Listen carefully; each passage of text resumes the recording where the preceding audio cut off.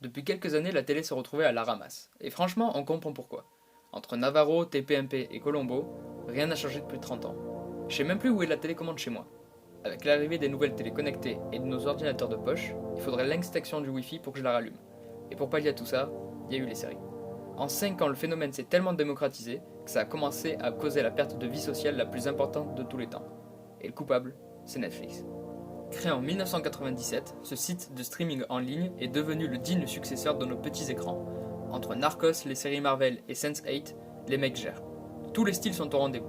Ça va de la série sur un mec qui affronte des zombies à un aveugle qui fait du kung-fu. Y a de quoi rater sa scolarité. Mais aujourd'hui, on va parler d'une série créée en 2016 par deux frères. L'histoire, 4 gosses, un qui disparaît, une ville qu'ils cherchent, tout ça dans les années 80. C'est basique. Mais on va parler de la saison 2. L'histoire, il meurt à la fin. Ok, on se détend, je déconne, je veux juste pas vous spoil vu qu'elle est sortie que très récemment. On va bien sûr parler de Stranger Things.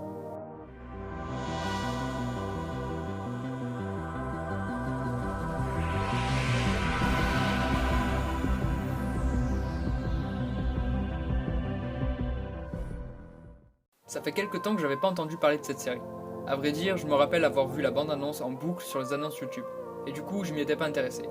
Mais récemment j'ai un pote qui me l'a conseillé, il m'a dit regarde là, alors j'ai dit ok. Et voilà comment j'ai passé une semaine à regarder 2 épisodes par jour.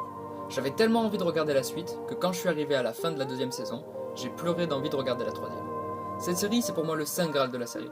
La série qui fait passer la télé pour un vulgaire divertissement à bout de souffle. Et surtout c'est la série qui me fait ressentir le plus d'émotions. Sérieusement, je suis passé du frisson à la joie, de l'émerveillement au sanglot, de la tête qui bouge sur de la musique beaucoup trop vieille, à allumer la lumière pour voir s'il n'y avait pas un démogorgon. Faut aussi avouer que je suis un grand fan des années 80-90.